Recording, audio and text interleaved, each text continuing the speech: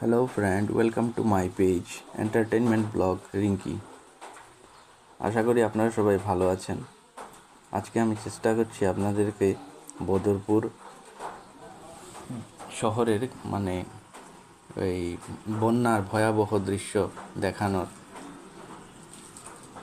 এটা হচ্ছে বদরপুর রেলওয়ে কালীবাড়ি কলোনি, যেখানে জল প্রত্যেকটা বাড়িতেই ঢুকিয়ে গেছে। এই দেখুন, বাড়ির ভিতরে ভিতরে জল আছে, প্রচুর জল। এখানে রাস্তাঘাট সব জায়গায় জল। আশ্রয় নিতে হচ্ছে মানুষকে উঁচু উঁচু জায়গায় বা কোনো বাড়িতে। এটা হচ্ছে রিটায়ারমেন্ট কলোনি বদরপুর। এখানের অবস্থাটা খুব খারাপ। এখানে রেলওয়ে কোয়ার্টারের মধ্যে জল। তো রিটায়ারমেন্ট কলোনির অবস্থাও খুব খারাপ। রিটায়ারমেন্ট কলোনিতে কোয়ার্টারের ভিতরে ভিতরে জল ঢুকে পড়েছে। প্রত্যেকটি বাড়িতেও জল আছে, কোয়ার্টারের ভিতরেও জল আছে। এখানে কোয়ার্টারও আছে, পাবলিক বাড়িও আছে। রাস্তার উপরে জল। অনেক কষ্ট করতে হচ্ছে। বৃষ্টি লাগাতার হচ্ছে, আরও যদি বৃষ্টি হয় জল আরও বাড়বে। অনেক কষ্ট হচ্ছে এখানে সবারই। আমি চেষ্টা করছি আপনাদেরকে কিছুটা দেখানোর।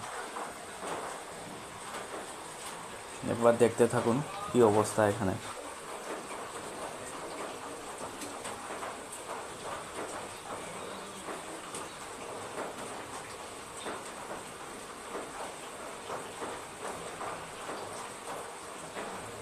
এটা হচ্ছে ব্রিজের উপর দিয়ে জল যাচ্ছে, ছোট্ট নালাটি, কিন্তু এখন জল ভরে গেছে, মনে হচ্ছে যেমন নদী। এই যে নদীর মতো বয়ে যাচ্ছে। এই লোকটা বলছে যে ওখানে কি অবস্থা ভেতরের দিকে, ওদিকে যাওয়াই যাচ্ছে না, এত জল এদিকে। ওই যে সোজা রাস্তায় আমি চেষ্টা করছি আমি বাঁ দিকে যাওয়ার। এটা হচ্ছে ড্রেন, আমার বাঁ দিকে হচ্ছে ড্রেন আর সোজাসুজি হচ্ছে রাস্তা। আসলে বোঝা যাচ্ছে না কোনটা রাস্তা আর কোনটা ড্রেন। কোনো কারণে যদি পা ফসকে যায় তাহলে জলে যাবেন। জলও কম নয়, অনেকটাই জল। নালাটাই আসলে অনেক ডিপ। যেহেতু নদীর জল আসে তাই স্পিডও বেশি থাকে। আমি চেষ্টা করলাম অনেকটা যাওয়ার, কিন্তু আর পারা যাচ্ছে না, কারণ এখানে জলের স্পিডটা অনেক বেড়ে গেছে। তাই এখান থেকে ব্যাক করছি।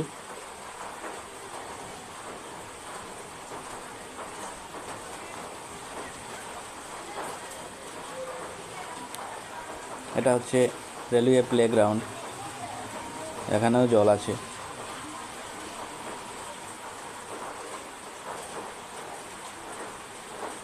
এটা হচ্ছে ধর্মনগর বস্তি, যাওয়ার চেষ্টা করব।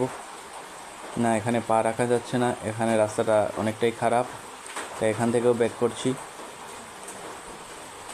এটা হচ্ছে বদরপুর ধর্মনগর কলোনি। প্রত্যেকটি কোয়ার্টারে দেখুন জল। সামনে পাবলিক বাড়ি আছে, ওগুলোতে তো আরও বেশি জল।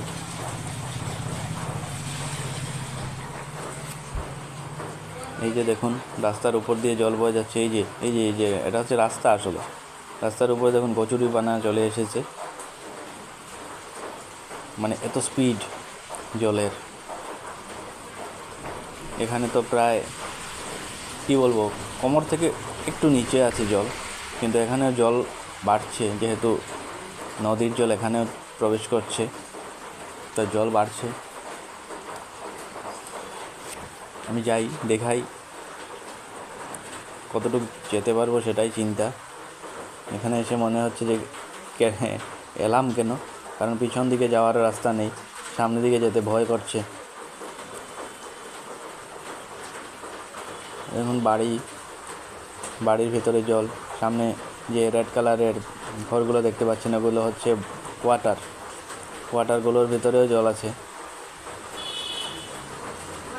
ওদিকটা দিয়ে যাই, দেখি। ও বাবা, রাস্তা দিয়ে তো পার হওয়া যাচ্ছে না। হ্যাঁ, কি জল দেখুন। এই দাদাটা বলছে যে ওনার পিছনে পিছনে আসতে। যাই, ওনার পিছনে পিছনে যাই, দেখি। হ্যাঁ হ্যাঁ, আসছি দাদা, চলুন। হ্যাঁ, এই যা গেলাম। বাবা, এখানে তো অনেকটাই জল। না, এদিক দিয়ে তো আর যাওয়া যাচ্ছে না। খুব খারাপ অবস্থা এদিকের।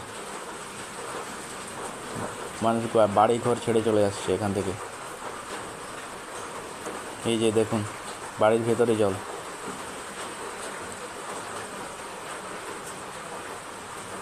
না, আর যাওয়া যাচ্ছে না। ব্যাক করলাম এখান থেকেও।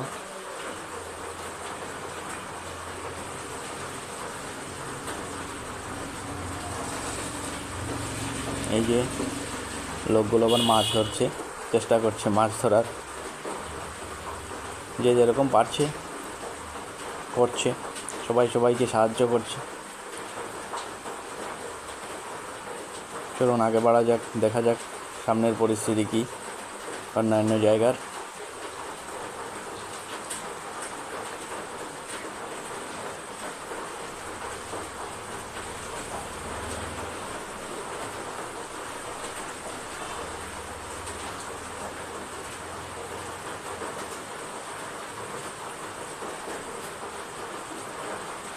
এটা হচ্ছে ঝর্ণা কলোনি, বদরপুর রেলওয়ে কলোনি।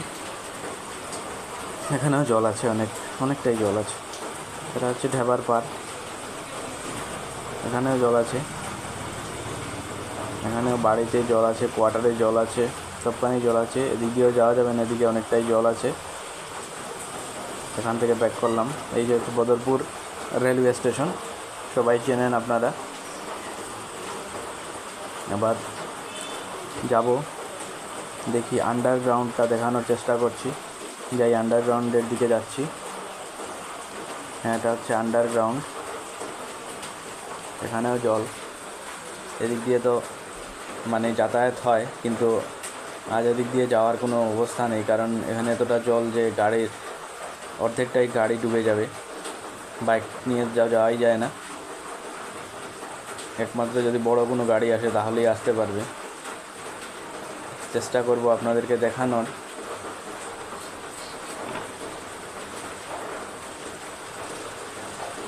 বাঁ পাশটা ধরে যাব, সোজা রাস্তায় যাওয়া যাবে না, কারণ এদিকে জল হয়তো আমার বুক পর্যন্তই জল হতে পারে। তাই বাঁ পাশ দিয়ে চলে যাব। ভিতরের দিকে দেখানোর চেষ্টা করছি।